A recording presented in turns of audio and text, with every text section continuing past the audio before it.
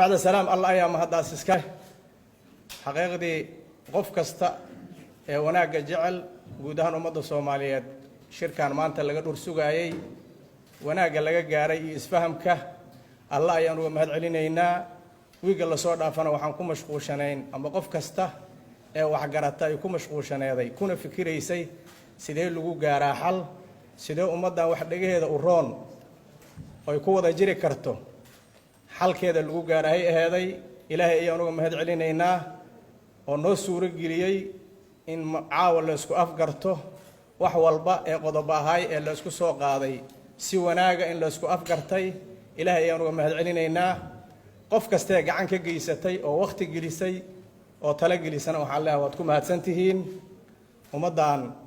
waxaad wada ogsoontihiin xaaladda caafimaad ee ka jirto dalka midda amniga ka jirto in maanta haddana dhagaheedu ay ku soo dhacaan dib iyo maaragtay waxyaalo ay hore ugu soo daaleen iyo wax sababi karo in la kala qaxo dano ugu ma jirto cid kasta ee wanaagaas qayb ka qaadatana waxaan leeyahay waad mahadsantihiin waana rajaynayaa guud ahaan dadku waxay isku haystaan ma ahan dhaxal gooniya ma ahan ceel mana ahan maaragtay soohin waxa la isku haysto waa siyaasadda dalka iyadana waxaan rajaynaynaa guud ahaan wax la isku waafaqsan yahay oo raalli la isaga yahay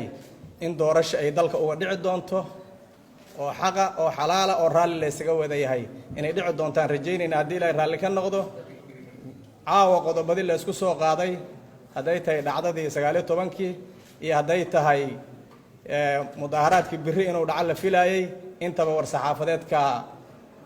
lagu akhriyay guud ahaanna dalka siyaasadiisana waxaan rajaynaynaa iidan ummadda Soomaaliyeed waxa dhagooda u roon ay ku farxaan in laga gaari doono hawshana waa sii soconaysaa ilaa laga gaaro xal dhabana insha Allah waa u taagnaanaynaa habeen iyo maalin sidaan hore ugu sii wadi lahayn wanaaga cid kasta gacan ka geysata waa maasantiina leeyahay ummadda Soomaaliyeedna ku farxaan leenahay caawa